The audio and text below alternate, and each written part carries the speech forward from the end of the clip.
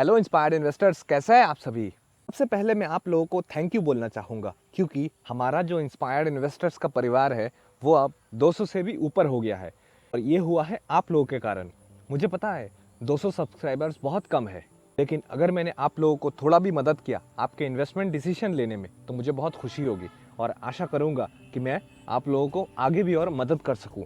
आज हम बात करेंगे निपॉन इंडिया फार्मा फंड के बारे में, जो काफ़ी मशहूर है उन लोगों में जो लोग म्यूचुअल फंड्स में इन्वेस्ट करते हैं।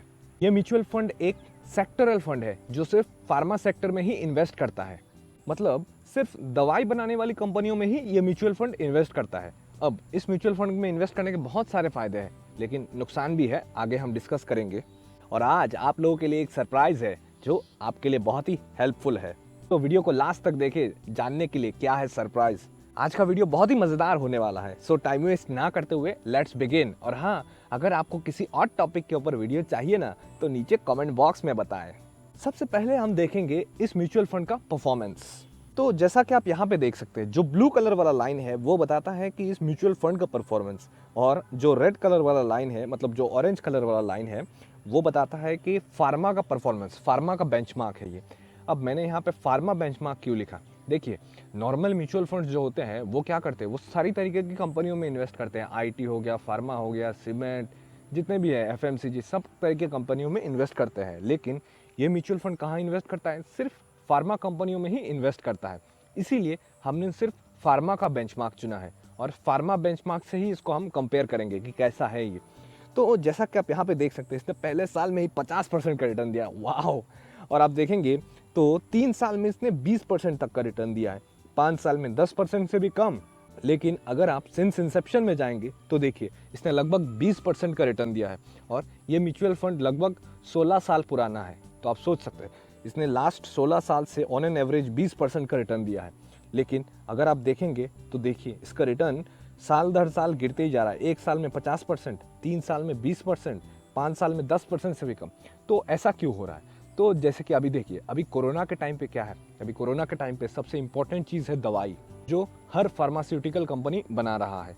इसीलिए क्या हो रहा है कि फार्मा सेक्टर का प्रोडक्शन सबसे ज़्यादा हो रहा है, क्योंकि बाकी सारी कंपनियां तो बंद पड़ी है, उनका इतना अच्छा प्रोडक्शन नहीं हो रहा है। इसीलिए फार्मा सेक्टर का ग्रोथ बहुत ज़्यादा हो रहा है अभी कोरोना के टाइम पे। तो इसीलिए आप देखिए कि इसने लास्ट 1 साल में 50% से भी ज़्यादा का ग्रोथ दिया है। तो इसीलिए मैं आपको बोल रहा हूँ कि अगर आप इसमें मान लीजिए कि आपने सिर्फ ये देखा कि इसने 1 साल में 50% का ग्रोथ दिया है, आप खाली यही देख के अगर इन्वेस्ट करेंगे और इसका पास्ट परफॉर्मेंस नहीं देखेंगे तो वो आपके लिए बहुत ही हानिकारक हो सकता है, आपका पैसा खतरे में पड़ सकता है। लेकिन अगर आप लॉन्ग टर्म के लिए जाते हैं तो लॉन्ग टर्म में देखिए इसने लगभग 20% का रिटर्न दिया है, जो कि बहुत ही अच्छा है। सेंसेक्स का भी एवरेज रिटर्न है 15%, लेकिन इसने 20% का रिटर्न दिया है, तो वो बहुत ही अच्छा है।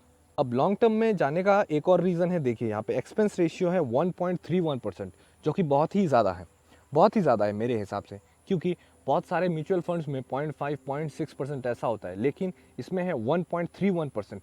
क्योंकि ये एक सेक्टरल फंड है तो ये सिर्फ एक स्पेसिफिक सेक्टर में इन्वेस्ट करता है, इसीलिए इसका एक्सपेंस रेशियो थोड़ा ज़्यादा है।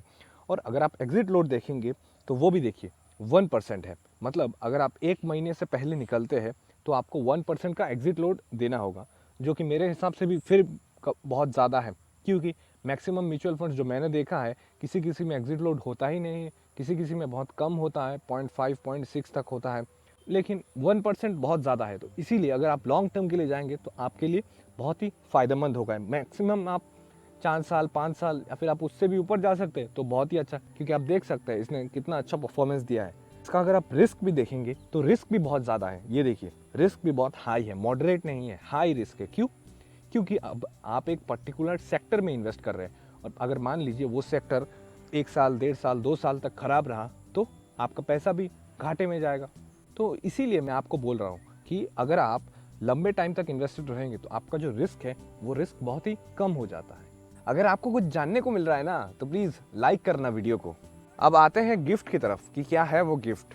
तो अब देखिए मेरे जितने भी सब्सक्राइबर्स हैं और मेरे व्यूअर्स हैं, जो नए व्यूअर्स हैं, उनके लिए है ये गिफ्ट। अगर आप नए हैं तो प्लीज़ सब्सक्राइब करके आप भी इंस्पायर्ड इन्वेस्टर्स के परिवार का हिस्सा बन जाए। तो मैंने एक टेलीग्राम ग्रुप स्टार्ट किया है जिसमें आप ज्वाइन कर सकते हैं, ताकि आपको जब भी कोई भी इन्वेस्टमेंट रिलेटेड प्रॉब्लम हो, कोई भी क्वेरी हो, आप उस ग्रुप में पूछ सकते हैं। उस ग्रुप में और भी लोग होंगे, मैं भी होऊंगा वहाँ पे, तो हम लोग एक साथ मिल के एक दूसरे का इन्वेस्टमेंट रिलेटेड प्रॉब्लम निकालेंगे ताकि हर किसी को निवेश करने में आसानी हो।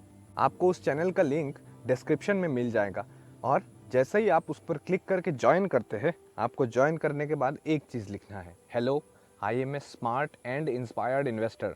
मैं फिर से बोल रहा हूँ, hello I am a smart and inspired investors. जब आप ये लिख रहे होंगे, आपके चेहरे पर स्माइल होना चाहिए। तो क्या लगता है आपको, ये कोई ख़राब आइडिया है कि अच्छा आइडिया है? अगर ख़राब है तो प्लीज़ डिसलाइक कर देना वीडियो को, अगर अच्छा आइडिया है तो प्लीज़ लाइक कर देना वीडियो को। और अब आते हैं सबसे मेन पॉइंट की तरफ, जो है पॉइंट नंबर 2। और पॉइंट नंबर 2 क्या है? पॉइंट नंबर 2 है इस म्यूचुअल फंड का पोर्टफोलियो। तो जैसा कि आप देख सकते हैं, आपके सामने इसका पोर्टफोलियो है। तो आप देख सकते हैं यहाँ पर जितने भी कंपनियां हैं इसके पोर्टफोलियो में, टॉप 10 कंपनियां यहाँ पर है। और आप देख सकते हैं सारे के सारे फार्मा रिलेटेड कंपनियां हैं। Aurobindo pharma, Sun pharma, Reddy laboratories, Cipla, Lupin, Fortis. आप जानते होंगे लुपिन वही कंपनी है जिसके कारण राकेश झुनझुनवाला ने बहुत पैसा बनाया है लुपिन के कारण। आप अगर देखेंगे तो देखिए, आपका 13% पैसा लुपिन में जा रहा है। मतलब Aurobindo pharma, Sun pharma, Cipla, DV laboratories, इन कंपनियों में आपका सबसे ज़्यादा पैसा इन्वेस्ट हो रहा है। और आज ये कंपनियां बहुत ही सक्सेसफुल है। आज अगर आप इनका शेयर प्राइस भी देखेंगे तो वो भी बहुत ही हाई है। तो वो हाई इसीलिए है क्योंकि अभी कोरोना का टाइम चल रहा है, तो फार्मा कंपनियां डिमांड में है। तो अगर आप शेयर्स में डायरेक्टली इन्वेस्ट करते हैं तो आप थोड़ा अभी वेट कीजिए, आपको अच्छा समय मिलेगा इन शेयर्स में इन्वेस्ट करने के लिए। लेकिन अगर आप चाहते हैं कि आपको अच्छे शेयर्स कम प्राइस में चाहिए, तो आपको ऊपर आई बटन पर स्टॉक्स टू इन्वेस्ट एक प्लेलिस्ट मिल जाएगा। आप उस प्लेलिस्ट में देख लीजिए, आपको बहुत ही अच्छे अच्छे शेयर्स मिल जाएंगे उसमें। अगर आप इस म्यूचुअल फंड का AUM देखेंगे, मतलब एसेट अंडर मैनेजमेंट, तो वो देखिए 3496 करोड़। इतना बड़ा अमाउंट यहाँ पे मैनेज हो रहा है इस म्यूचुअल फंड में। और उसके ऊपर से ये म्यूचुअल फंड इतना अच्छा रिटर्न्स भी दे रहा है आपको। तो यार, ये बहुत ही एक अच्छा म्यूचुअल फंड है अगर आप लॉन्ग टर्म के लिए इन्वेस्ट करते हैं। मैं फिर से वही बोल रहा हूँ, क्योंकि एक सेक्टर कभी अच्छा परफॉर्म करता है, कभी ख़राब परफॉर्म करता है। लेकिन अगर आप लॉन्ग टर्म में जाएंगे तो लॉन्ग टर्म में हर म्यूचुअल फंड अच्छा ही परफॉर्म करता है। अब इस पोर्टफोलियो को बनाया किसने है? इस पोर्टफोलियो को बनाया है इस फंड के फंड मैनेजर ने, जो कि है मिस्टर सलेश राजभन। और वो इस म्यूचुअल फंड के साथ 5 जून 2004 से है। मतलब जब से ये म्यूचुअल फंड शुरू हुआ था तब से लेकर आज तक वो इस म्यूचुअल फंड के साथ जुड़े हुए हैं। तो आप समझ सकते हैं वो कितने कंसिस्टेंट है, अपने काम के प्रति कितने ओबीडियंट है। आप बोल सकते हैं ओबीडियंट, जहाँ पर वो गए उसी के साथ वो लगे रहे और इस म्यूचुअल फंड को इतना अच्छा पोजीशन पे वो लेके गए। तो आप समझ सकते हैं कि ये कितना अच्छा म्यूचुअल फंड है अगर आप लॉन्ग टर्म के लिए इन्वेस्ट करते हैं। शॉर्ट टर्म में किसी म्यूचुअल फंड में आपको अच्छा रिटर्न्स नहीं मिलेगा। इसीलिए आप जितना हो सके उतना लंबा टाइम के लिए इन्वेस्ट कीजिए, चाहे वो कम पैसा ही क्यों ना हो। अगर आप मान लीजिए लंबे टाइम के लिए इन्वेस्ट करना चाहते हैं लेकिन आप ज़्यादा पैसा नहीं करना चाहते, तो कम पैसे से शुरुआत कीजिए। कम कम पैसा करके उसको धीरे धीरे उसको बढ़ाते जाइएगा। बस वही काम करना है आपको कंसिस्टेंटली विद पेशेंस इन्वेस्टमेंट करना है, डिसिप्लिन के साथ। तभी आप एक अच्छा इन्वेस्टर बन पाएंगे। आपके सारे डाउट्स क्लियर हुए कि नहीं? इस म्यूचुअल फंड में रिस्क बहुत ज़्यादा है, इसीलिए आप अगर लंबे टाइम तक इन्वेस्टेड रहेंगे तो आपका रिस्क तो कम होगा ही और रिटर्न्स भी बहुत ही ज़्यादा होगा। तो आशा करता हूँ आपके सारे डाउट्स क्लियर हुए होंगे। अगर नहीं हुए हैं तो नीचे कमेंट बॉक्स बोल के कुछ होता है, वहाँ पे आप बोल सकते हैं आपके जो भी डाउट्स है। और अगर आप चैनल पर नए हैं तो प्लीज़ सब्सक्राइब करके आप भी इंस्पायर्ड इन्वेस्टर्स के परिवार का हिस्सा बन जाए। Thank you and happy investing.